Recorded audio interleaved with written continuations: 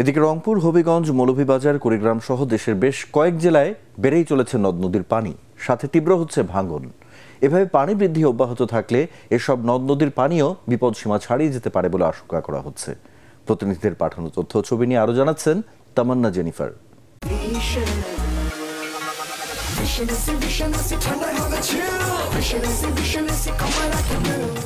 ভারী বর্ষণ সহ উজান থেকে নেমে আসা ঢলে রংপুর অঞ্চলের প্রধান নদ নদীর পানি বৃদ্ধি অব্যাহত রয়েছে। এরই মধ্যে ডালিয়া ও কাউনিয়া পয়েন্টে তিস্তা নদীর পানি বিপদসীমা অতিক্রম করছে। পরিস্থিতি স্বাভাবিক রাখতে ব্যারেজের ৪৪টি গেট খুলে দেওয়া হয়েছে বলে জানায় রংপুর পানি উন্নয়ন বোর্ড।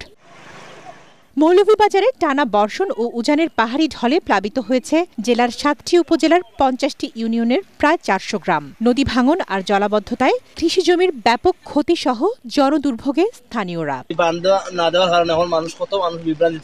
খাবার খাদ্য বিনিময়ে আমরা কোনো কিছু পাই নাই সরকার থেকে।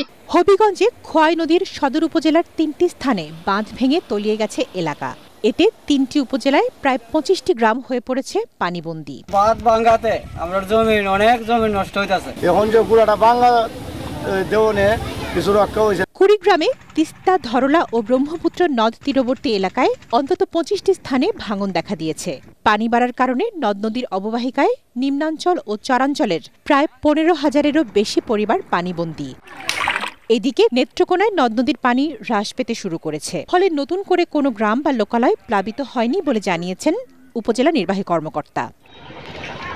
তামান্না জেনিফার, এটিএন বাংলা।